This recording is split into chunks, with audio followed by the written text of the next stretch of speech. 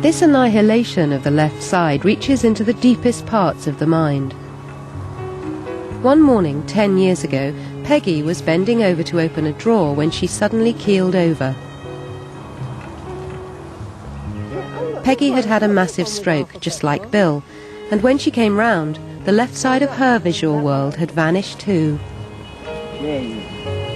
What more can you wish for? Sadly, Peggy's neglect seems to be permanent, but this has given scientists the chance to study it in detail. The extent of her loss was vividly apparent when we asked her to draw this daisy from memory. A daisy it shall be. It drives me crackers. I go mad, don't I, Derek? What's Derek? Peggy is in a permanent corridor which she can't get out of. There is only a right side. Everything is approached from a right-hand side. She gets into this area of no man's land.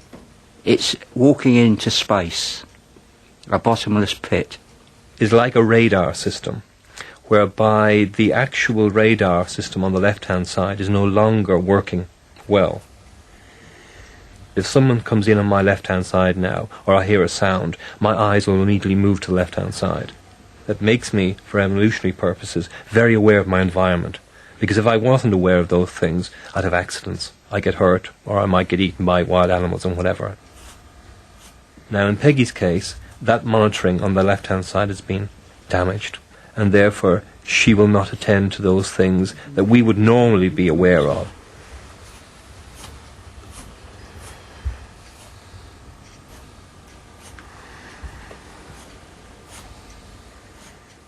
Oh dear. So what Peggy's drawn for us is several nice daisies with the left side missing. Same with this one, and this one. And look at this one, this is a very good example. I've done it on all of them. Sorry. Which means she's not only neglecting events in the world, in the real world, but when she conjures up a mental image, she's ignoring the left side of that mental image. And this shows you that this is not simply a sensory problem, but a problem of consciousness. I don't know. It's because I was so concentrating on that side. It takes everything away, you see. And that side's not there. If I take everything away from that on this side, it's not there. It takes it all away. It's odd. It's all it is attention, really. It's taken away. There must be two attentions somewhere in your body. That one side's taking the other one away. I can't make it out at all. Very odd. Peggy's one-sided daisies graphically reveal how consciousness is a construct of brain activity and how severely it can be distorted by a stroke. This distortion of consciousness is even more apparent in Bill Staton, who has a very unusual relationship with mirrors.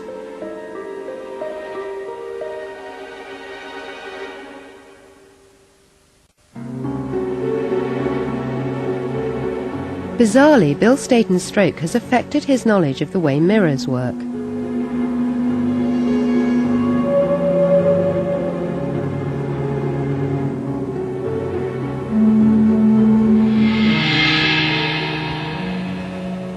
We take mirrors for granted, but think of what it involves. You look at a reflection in a mirror, you recognize instantly that it's a reflection, and even a 5-year-old child is able to do this. Jaya, what do you see? What is this? A mirror. Okay, and what do you see in the mirror? Mommy. Okay, what's he holding? A squid.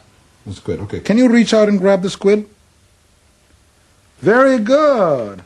Now, why did you reach out there? Why did you not reach into the mirror? Because it's a mirror. Because it's a mirror. Okay, very good. Now, our ability to deal with mirrors seems so effortless, but think of what it involves. I mean, you're looking at a mirror, and you're looking at a reflection, and instantly the brain correctly deduces that the object producing the reflection must be out here. And this peculiar juxtaposition of the real object and its mirror twin, so to speak, you might think would involve the parietal lobes, given the known role of the parietal lobes in dealing with spatial aspects of the world. So the question is, what would happen if the parietal lobes are damaged? In a patient with damage to the parietal lobes, you might expect to see problems in dealing with mirrors. In this simple experiment, Bill sees a reflection of a key that is being held on his neglected left side. Okay, can you grab it? Yeah. Where do you think the key is? It's here in his hand. But this is a reflection, okay? Yeah. Where is the actual key?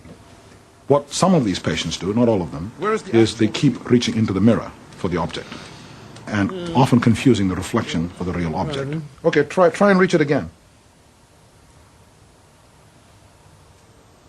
Okay, that's all right. Thank you very much. So what's going on here? Remember, in these patients, there is a complete indifference to the left side of the world. You're not noticing anything on the left. But they're now seeing a reflection of the left inside the mirror. So the brain says, now that's a reflection, so that object must be on my left. But on my planet, left doesn't exist.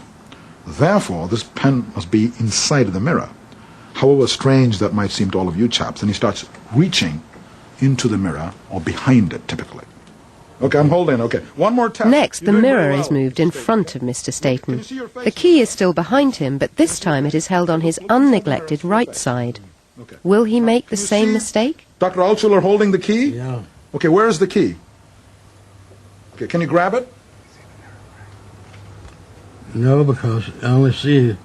I'm not looking at the real key. I'm looking at a reflection. Okay, now where is the real key? Can you grab the real key? Okay, excellent. Very good. Excellent. Okay. Excellent.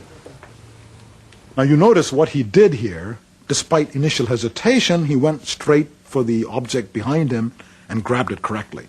This shows very clearly that he has no problems with dealing with space, dealing with mirrors, dealing with reflections, so long as the mirror is in the front. But when you put it on the side, it flips him into the twilight zone, and instantly he reaches for it incorrectly. Will you help me a little bit? Okay. Stretch a little bit. In other words, even the patient's knowledge, abstract theoretical knowledge about what mirrors can do, his knowledge about the laws of optics, have been warped to accommodate the strange new sensory world that he inhabits. And this has profound implications for understanding the manner in which the brain deals with space.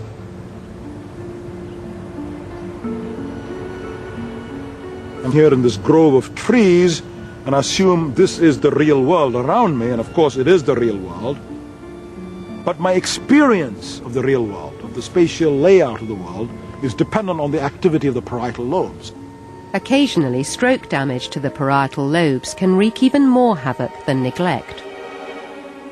Now, in some of these patients, when the right parietal is damaged, not only is there an indifference to the left side of the world, but also an indifference to the left side of the body, so much so they'll start denying that the left hand is paralyzed. Even though it's obviously lifeless and paralyzed and lying on their lap, they'll say, "Doctor, my left hand is not paralyzed." This surreal complication is called anosognosia, which literally means denial of illness. In addition to his neglect, Bill Staten has anosognosia. Anosognosia damages that unique aspect of consciousness that we call the self. Patients may become wildly deluded about their abilities and even deny that parts of their own body belong to them. Ramachandran believes that anosognosia reveals how the capacity to deceive ourselves and others may have evolved in all our brains.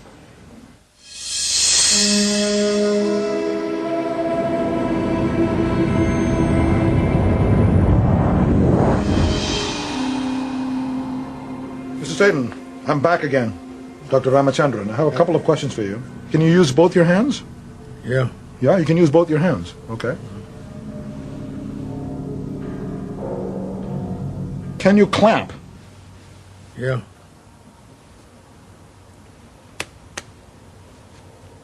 Okay. All right, that's fine. There's not the slightest flicker of movement in his left hand or his left leg. But you ask him, can he use his hands? He says yes. Or he'll say, my left hand is slightly weaker. Ask him, can you clamp? He vehemently says yes. And he starts flailing his arm, in fact patting his chest, as though he was clapping.